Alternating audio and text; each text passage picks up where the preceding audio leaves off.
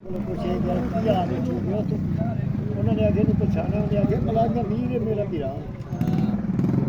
ਬੈਠਾ ਕਰਦਾ ਛੋੜਾ ਇਸ ਵੇਲੇ ਦੇ ਪਾਣੀ में बहुत इच्छा जो या शायद भी अल्लाह वास्ते खत्म दवाया बंदी काट के मैं कहा पुत्र पानी ਇਹਨੇ ਮੈਂ ਕਿਹਾ ਹੁਣ ਐਸਾ ਐਸਾ ਸਾਡੇ ਮਤਲਬ ਮੈਂ ਇਸ ਵਾਲਾ ਜਵਾਬ ਦਿੱਤਾ ਸੀ ਬਈ ਪਿੱਛੇ ਲੱਗ ਗਿਆ ਸੀ ਉਹਨਾਂ ਨੇ ਕਿ 2 ਘੰਟੇ ਦੇ ਮਹਿਮਾਨ ਵਾਲੇ ਭਾਵਲਪੁਰ ਲੈ ਗਿਆ ਅੱਛਾ ਅੱਜ ਉਹ ਚੱਕਿਆ ਮੈਂ ਆਖਿਆ ਜੀ ਮੈਂ ਤਾਂ ਪੁੱਤਰ ਹੋਇਆ ਕਿ ਹਾਂ ਮੈਂ ਖੁਦਾ ਨੂੰ ਕਾਫੀ ਸਮੇਂ ਤੋਂ ਬਹਿ ਗਿਆ ਜੀ ਬਿਮਾਰੀਆਂ ਦੀ ਗੱਲ ਕੋਈ ਹਾਂ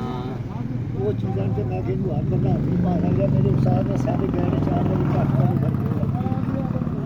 ਮੈਂ ਕਿਹਾ ਖੁਦਾ ਤੇ ਭਰੋਸਾ ਰੱਖਿਆ ਜੀ ਜ਼ਿੰਦਗੀ ਮੌਤ ਦਾ ਸਵਾਲ ਇਹ ਠੀਕ ਹੋ ਅੱਲਾ ਨੂੰ ਕਾਫੀ ਸਮੇਂ ਤੇ ਮੈਂ ਕਿਹਾ ਮੱਥਾ ਲੱਗ ਗਿਆ ਤੇ ਇਨਸ਼ਾਅੱਲਾ ਮੈਂ ਕਿਹਾ ਪਤਾ ਮੇਰੀ ਹੈਗੀ ਬਾਬਾ ਲੱਖੋਂ ਕੜੀ ਪਈਆਂ ਨੇ ਅੱਜ ਆ ਤਾਂ ਚਾਹ ਕੇ ਫਿਰ ਪਾਇਆ ਮੈਨੂੰ ਬੰਦੇ ਨੇ ਆਖਿਆ ਲੈ ਗਿਆ ਤੇ ਮੈਂ ਕਿਹਾ ਭਾਈ ਅੱਲਾ ਮਾਫੀ ਕਰੀ ਲੈ ਗਿਆ ਤੇ ਮੇਰੀ ਕਿਹੜਾ ਫੀਸ ਮੇਰੀ ਦੀ ਜਿਹੜੀ ਮੈਂ ਲੈਣੀ ਸੀ ਮੈਂ ਤਾਂ ਲੈ ਕਰਨਾ ਸੀ ਲੈ ਗਿਆ ਤਾਂ ਲੈ ਗਿਆ ਹਾਂ